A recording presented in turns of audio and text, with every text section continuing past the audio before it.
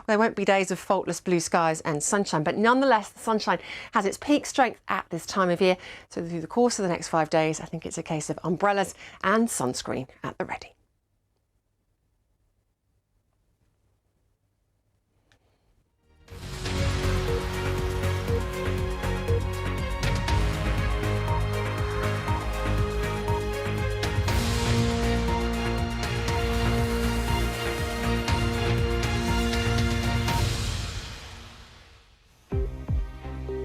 This is BBC News. I'm Matthew Amroliwala. A shopping centre in East Ukraine with more than 1,000 people inside has been hit by Russian missiles.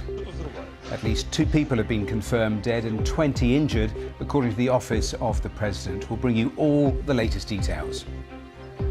G7 leaders pledge to support Ukraine for as long as it takes in its fight against Russia's invasion.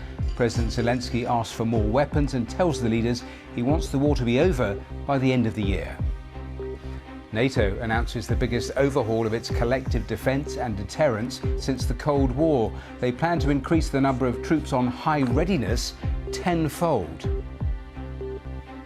Also in today's programme, 5 days after an earthquake struck Afghanistan, some villages still haven't received any aid. We report from the worst affected areas.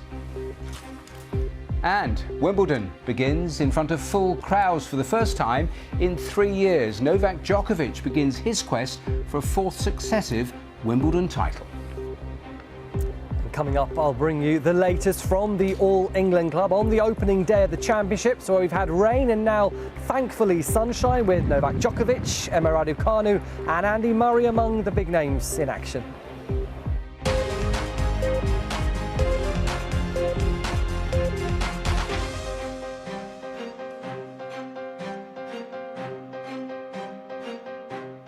Welcome back to BBC News, and let's go straight back to that breaking news of the last hour or so. News that Russia has carried out a missile strike on a shopping centre in the central Ukrainian city of Kremenchuk. At least 2 people have been killed and 20 others injured. President Zelensky said more than 1,000 people had been inside at the time of the attack.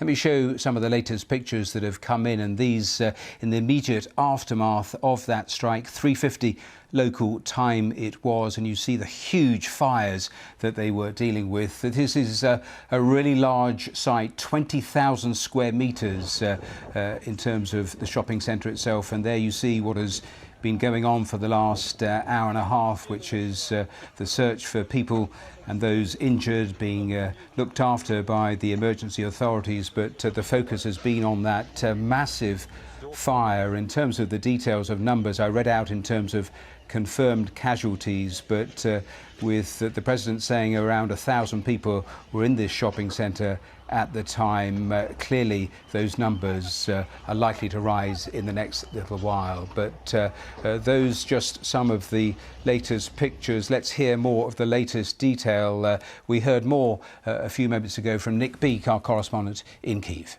Expensive to buy in places like Africa because of the extra financial costs and the sanctions on the banking system.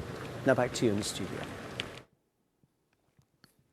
Sean Lay there for us at the G7 summit. As we heard, and as Sean has been reflecting, the G7 leaders very much standing together, saying that they stand with Ukraine for the long term. And of course, we are absolutely keeping an eye on everything that is happening in Ukraine as well. We will, though, just turn to some other news, and the Prime Minister has brushed off questions about his leadership. He says he is focused on his work and the plans to get on with the government's agenda. Boris Johnson says it's his job to humbly accept criticism and to help people get through the cost of living crisis. Our political editor Chris Mason has been talking to Boris Johnson at the G7 summit.